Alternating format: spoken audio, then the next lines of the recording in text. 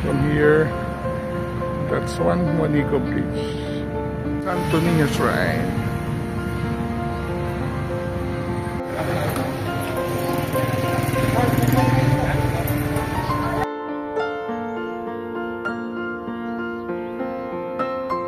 Good morning mga ka-senior. Today is another beautiful day here in Tacloban, and we will be exploring the other side of Tacloban, not usually known to tourists.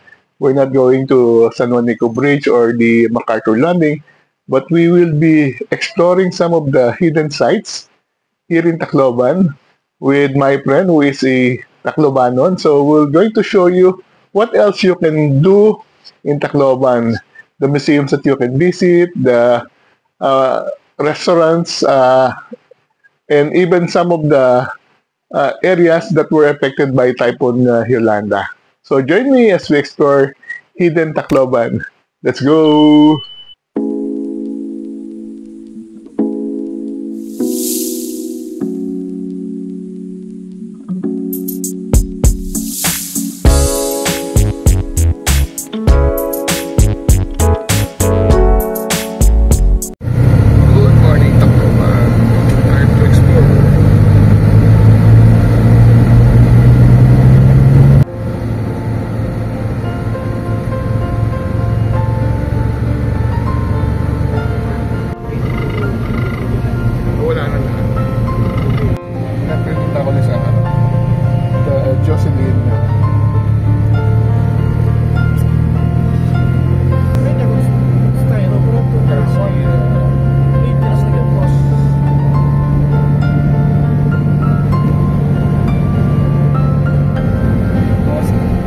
Puto? Anong tawag sa puto na to? Putong bigas. Putong bigas? So, mukhang putong bigas. So, try natin. Shop siya. Saka medyo matamis na konti. Saka mukhang meron siyang ano. May coconut milk siya. Okay, good yan. Okay, good. Yung bakas ko wala eh. Stop. Now we have the bibingka. Ito parang puto rin na siguro na binig. Hindi. Ano siya? Ay, gusto ko to. Parang meron siyang sarap, diba? Kakaiba siya. So,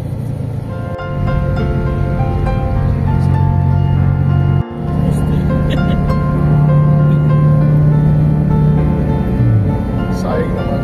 May postis na. So, hindi. Ganda ng mundo mo.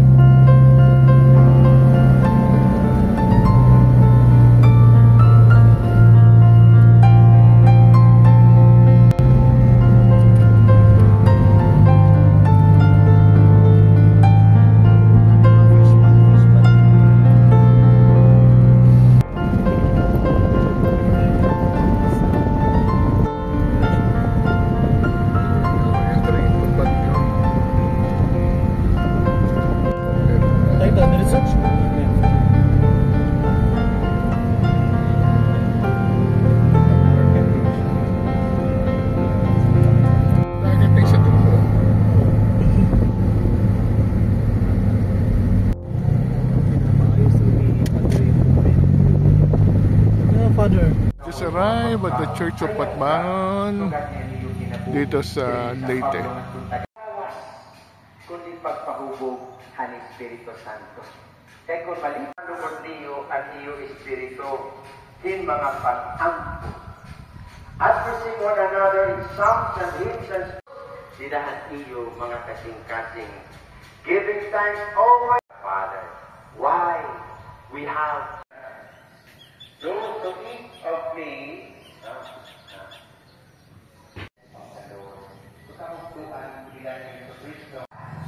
ano ba yung importante pagdayan sa Diyos, pagpasalamat ng mga santong pagsakitan niya kamatukulan. And you know, nataurugan na gusto niyo nga pagkabuhaton, mayroon.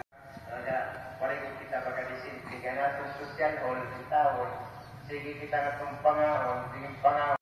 We are now trying to finish our construction, at least for the ground floor. And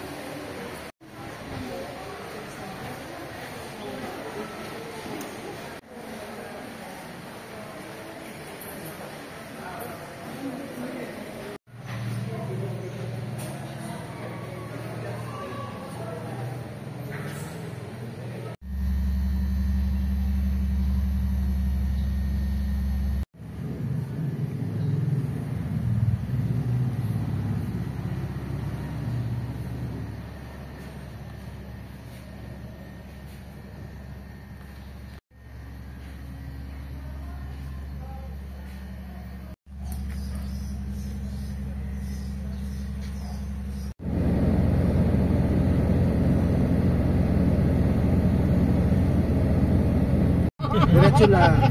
Amo na. Tapos ako Magsusumbalak kita dito.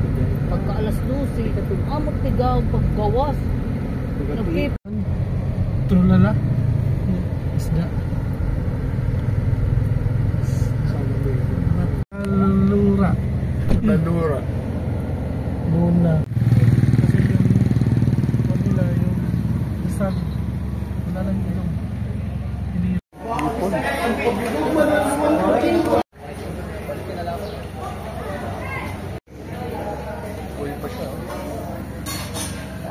The Bay of Patbaton, and the people from Samar comes here to travel to Tacloban. Those are the islands of Samar already at the back.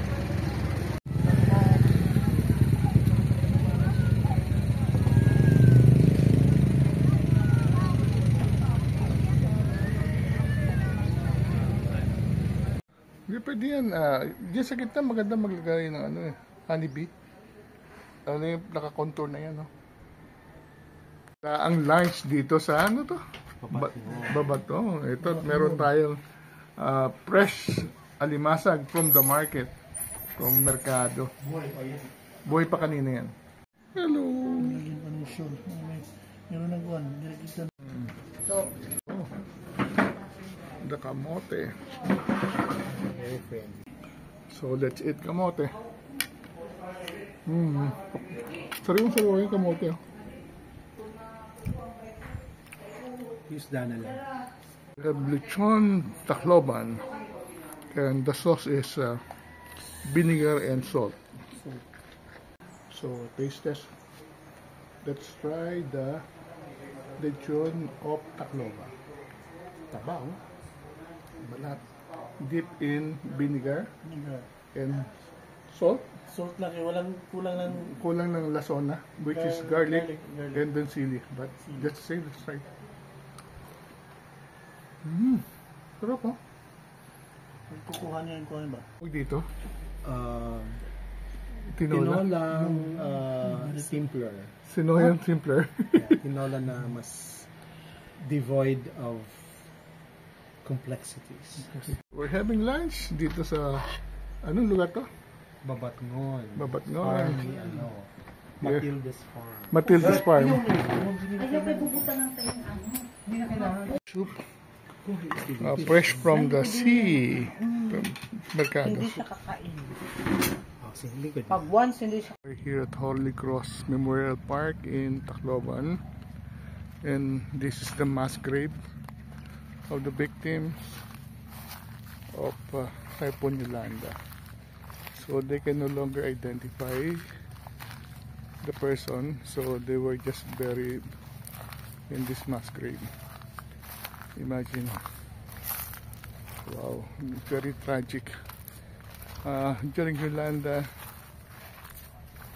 over 8,000 people died, and about 2,000 are still reported missing. Some of them are probably here. This is the Holy Cross in memory of the thousands of victims of Super Typhoon Yolanda, of men, women, and children who perished and those still missing, and of countless people whose lives were changed forever. In memory of Typhoon Yolanda on November 8, 2013.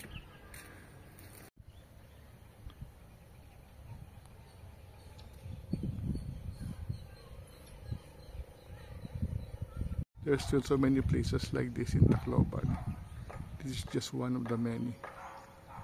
And on the left are the mass grave.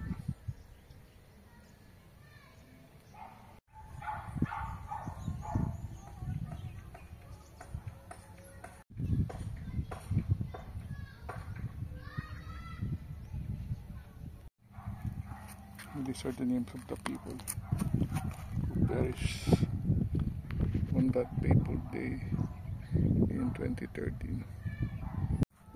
We do hope that Yolanda tragedy will never happen again. May you all rest in peace.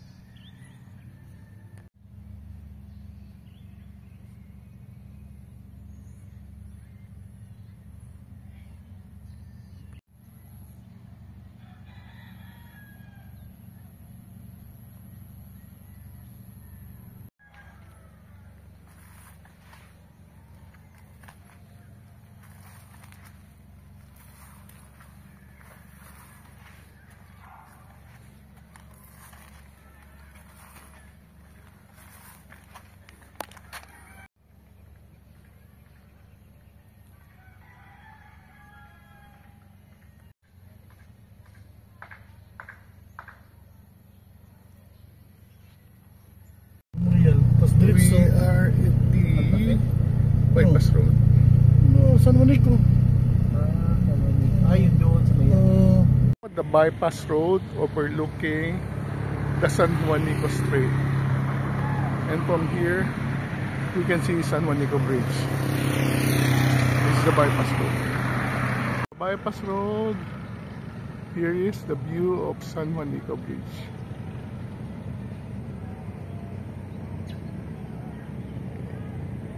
So this is the bypass road.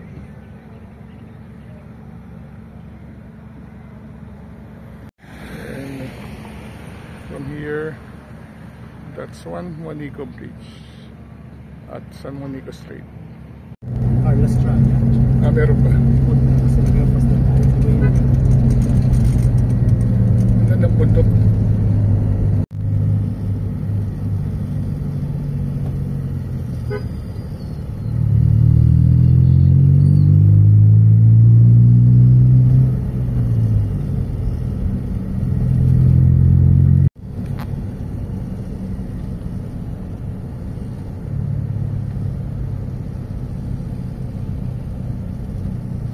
Libre pa nga na. Divine Word University, tapos yun na yung labor problems. Yan, ngayon, ang pangalan, di ba? Liceo. Liceo del Verbo Divino. So parang ganun din. Divine Word University. Oo nga. Ilan na lang, yung iba lang, translate lang. So, May mga lumang bahay.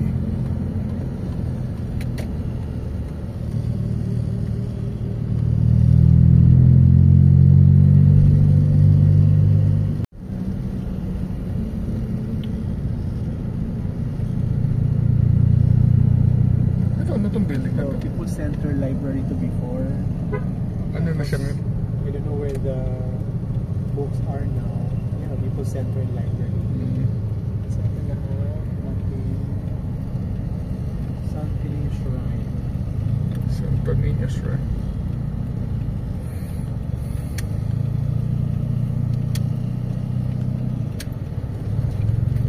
Pwede pa nasasakyan. Kita na lang. Santo Niño Shrine.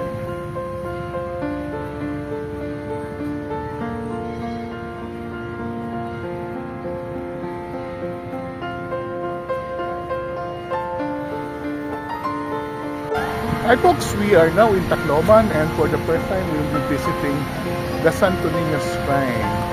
So we are in front and we hope that we can go around and see what's inside the Santo Niño Shrine. So let's go!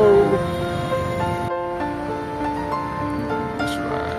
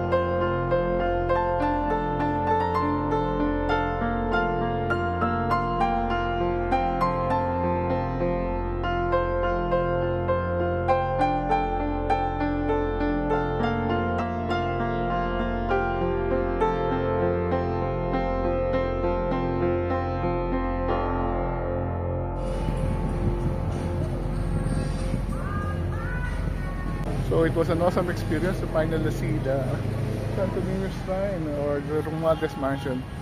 So it's it's very nice because I was able to see some of the great art collection of Madam Imelda Marcos, and the rooms are very spectacular.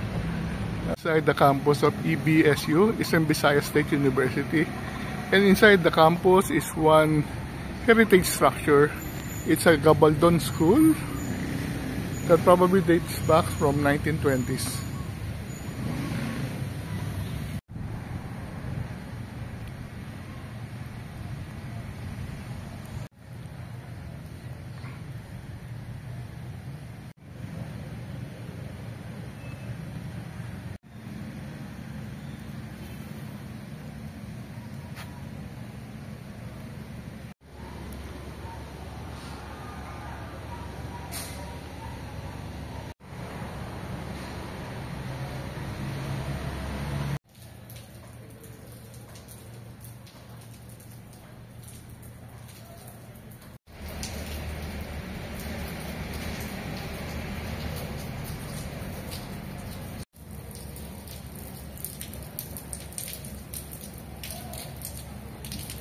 So we are now walking inside an old Gabaldon school built probably during the American era, and it's probably one of the oldest schools here in Tacloban.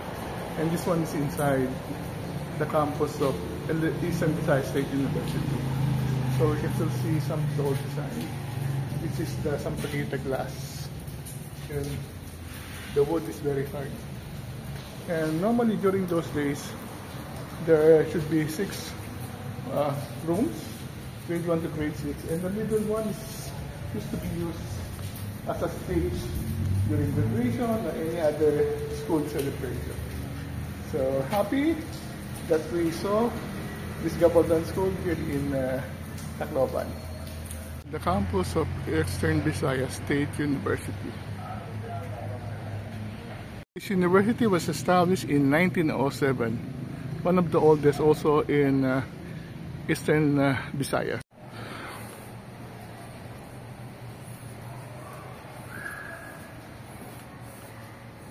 Now at Tacloban Palace, and we ordered the best tapasilog, 98 pesos, something to look forward to in Tacloban.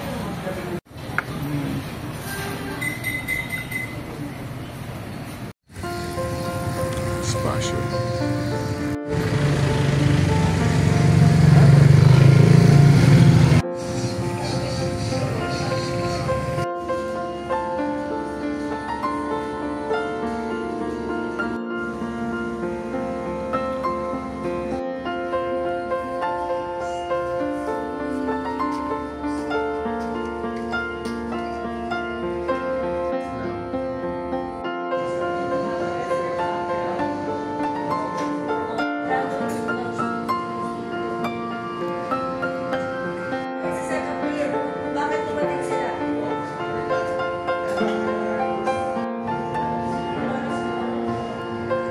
Nakunan ko from the dam.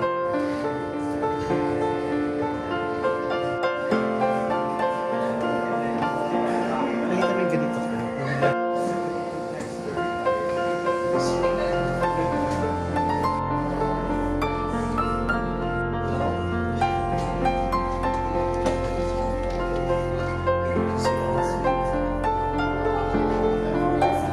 Ayan.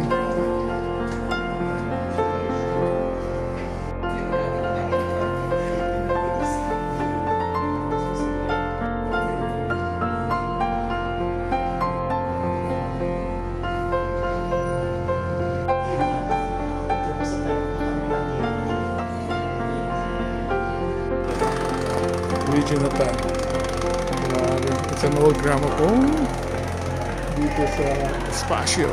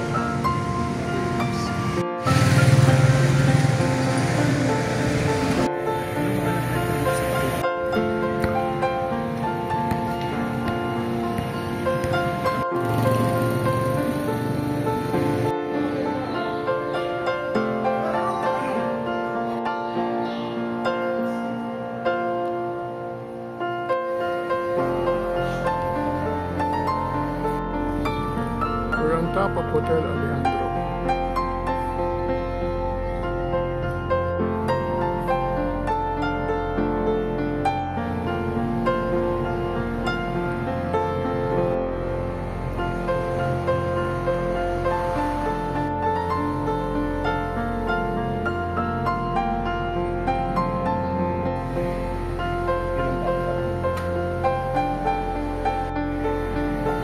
Picture of the family on the same spot.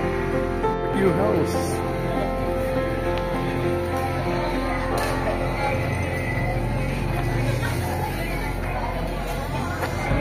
Color of Tacloban.